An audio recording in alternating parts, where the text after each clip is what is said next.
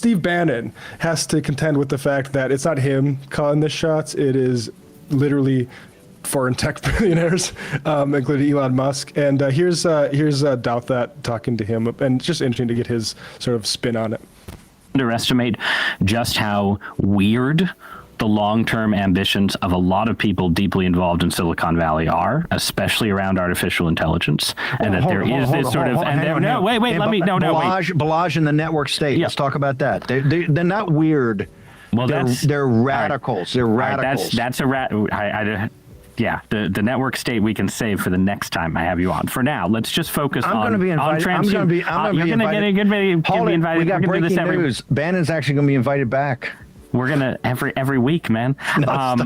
So listen. So He'd love the transhumanism stuff, though. So to me, it seemed like one of the things that pulled Elon Musk into the conservative coalition was that while he's certainly not a religious conservative, but he is a kind of weirdo humanist, right? He likes the human race. He wants the human race to continue. Stop. No, okay. Stop. So you don't see. To me, it seems like Musk is in one group. Musk is just as transhumanist as the rest of them. No, since Edison, maybe our greatest applied engineer. Okay. Agreed. See, positive. Isn't it dig that he said? Isn't it dig that he said Edison and not Tesla?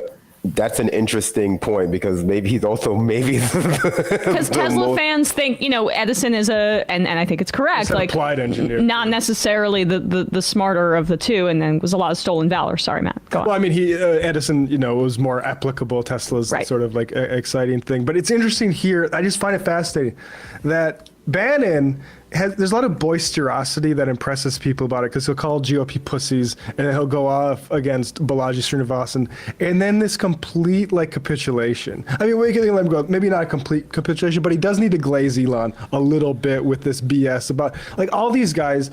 Let's just play a little bit further, see how he comes back from that. As transhumanist as the rest of them? No, since Edison, maybe our greatest applied engineer. Okay. He is a genius in that Agreed. level. Agreed. And so he looks at the thing as all kind of mathematical equations and from engineering in a big brain. When he puts on something, he can solve it. He is the most prominent of that crowd that's warned against artificial intelligence and artificial general intelligence. It's one of the reasons he and the Altman at OpenAI have had so many big fights. Besides not big fans of each other. Yep.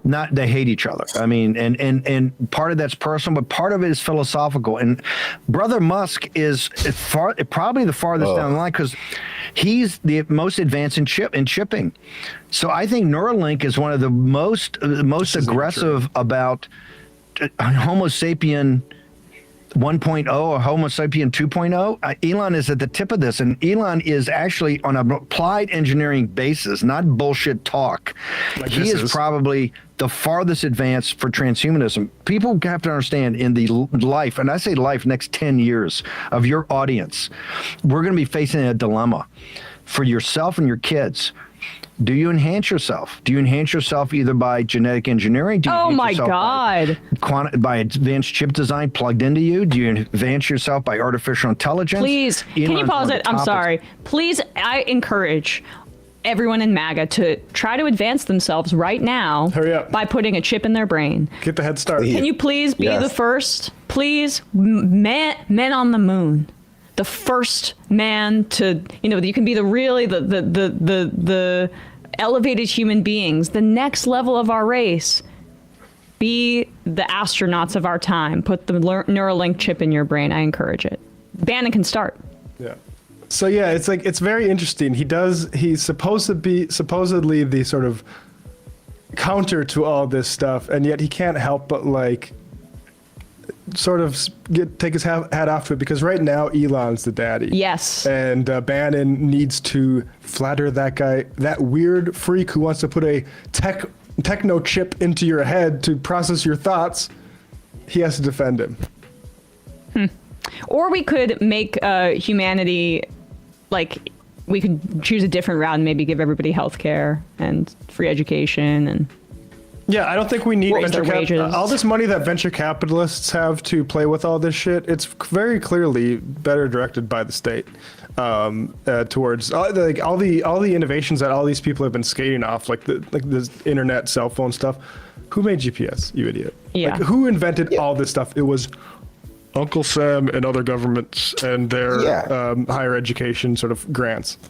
This is what I mean too. Like a lot of this stuff, like tech, Silicon Valley is just used to sell capitalism to you and deregulation to you, generally speaking. Yep. And as you're, deregulating society to facilitate, the techno future, you're, devaluing the public sector in ways that you don't even understand. Like, I can admit that Gattaca may be the future, but to not allow for the fact that some of the biggest advancements in the human lifespan, right, have been articulated or caused by like the public sector, whether it be vaccines or whether it be like, mass public health campaigns like anti-smoking in America. Narcan. These are things that these are things that the public sector did.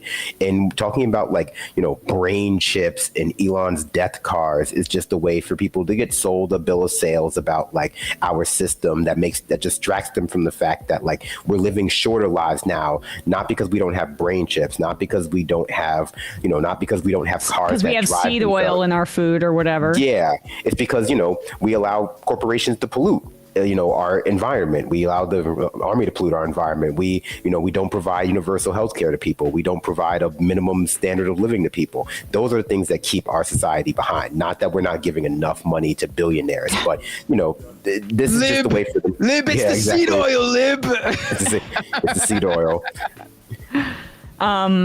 Evan from It's the Portland Red said, 15 or whatever it's called that they put in the Kool-Aid. That stuff is bad for you. the artificial coloring is Red bad dye, for you. yeah. Yeah, that stuff is bad for you. But again, that's because America is deregulated. It's to allow companies to poison you for cheaper. And like that's what, people instinctually understand that's what's going on in America. They just think that the solution is to have a good billionaire fight the bad billionaires because that's what's been sold to them by like neoliberalism. right, we need our Captain America. I mean, it's silly, but it's also just like, I think people are more susceptible to looking for simple solutions in a leader like Trump because our systems work so poorly and like there is no responsiveness. The Marxist tradition has a long sort of theory about Bonapartism, which is when a leader comes through to cut through the contradictions of two hollowed out, decrepit parties. And it is something kind of interesting to me that the GOP has the House, the Senate, the presidency, the Supreme Court, and they're having Elon Musk take point on all this shit. Mm-hmm. Hogtown. I let my 9-year-old son play Roblox once while I watched him, and a grown man tried talking to him within 45 minutes to get his name and address. No joke. Wow. So, to your point, Bender. I read that study. Maybe that's the world they want to build. You gotta get your kid on Dark Souls. That's a single player game. He won't have time. Connected. What was the name of the city? Their network city, connected city. What is it called? Praxis. Pronovos? Praxis, whatever they were calling it. See, in Praxis, or maybe Praxis is the vehicle to build it or whatever. Yeah, but whatever They're it's such called. nerds. See, in their world, your child won't even need to get onto an online platform, be accosted by a creepy old man.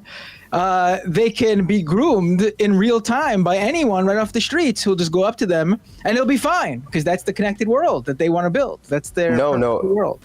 No, like the groomer can send their like automated Tesla taxi to your house directly. Right. They can just they can like link their brain chip to your child's brain chip, and they can just like, you don't even need to tell me your name and address. No need for ASL. I'll just have my Tesla Cybercab, my Robovin come pick you up. The unmarked, creepy, white, free candy van will in the future be a self-driving Cybertruck. Yeah, exactly. Oh. Andrew from DC said, absolutely no one in the private sector innovated more than Bell Labs in the 40s, 50s, and 60s, and they were only able to do that because the government gave them a tightly controlled monopoly and in exchange forced them to make all their patents public. That's right. And look, of course, there were certain things that Ma Bell got in, and maybe like people will point out like, oh, Ma Bell wasn't letting you do this with your phone line. They were cutting down on innovation. The truth is that we've not seen any sort of significant innovation, especially looking like at the 5G rollout, that sort of thing, by the privatization of all of this stuff and going away from. There's a lot of antitrust has a lot of fans these days. Lena Khan, of course, one of the stars of politics. There are certain things that don't need to be broken up for competition. There are certain things that are natural monopolies that should be under the provenance of the national government. Yep. We don't even have cool Silicon Valley doesn't even make like cool toys anymore. I know. If you go R&D is expensive. You need to be a monopoly to have the money to do it. Like if you go to Japan or South Korea or like parts of Asia, they have Tamagotchis and cool gadgets. Everything Silicon Valley tries to make now is I hate to say like some kind of like scheme or scam. It's you have like a handful of people who drop out of MIT and they make like a new app that they're just hoping to have bought out by Microsoft or Tesla or some company so that it can be buried and you'll never see it again. And they get like a cushy job or a cushy like payout package from Tesla or at Tesla. And that's it. Like, so much of what Silicon Valley produces now are things you will either never see or like, get rich quick schemes or like intended just for like a quick buyout, like Juicero or something like that. But also that world for them is changing too. Like you're absolutely 100% correct that was the modern day tech success scheme. You create some really stupid thing that goes viral really fast, doesn't even have to make any money. In fact, it could lose a ton of money, but just because you're bringing in an enormous amount of users from your free product, you all of a sudden have $1 billion valuation, and then you just sell it to one of the bigger tech companies and you sit back and relax. But that's all drying up now because so many of these companies have been bought out and then have ended up producing nothing. And it's just in terms of revenue at all down the road. So now you just have these same companies that are making money and they buy a company and they're like, wait, this isn't producing me any additional revenue. And then they're losing money. And now that's not the quick way to get rich anymore in Silicon Valley, which is probably why they're now turning their eyesights towards taking over things like the government.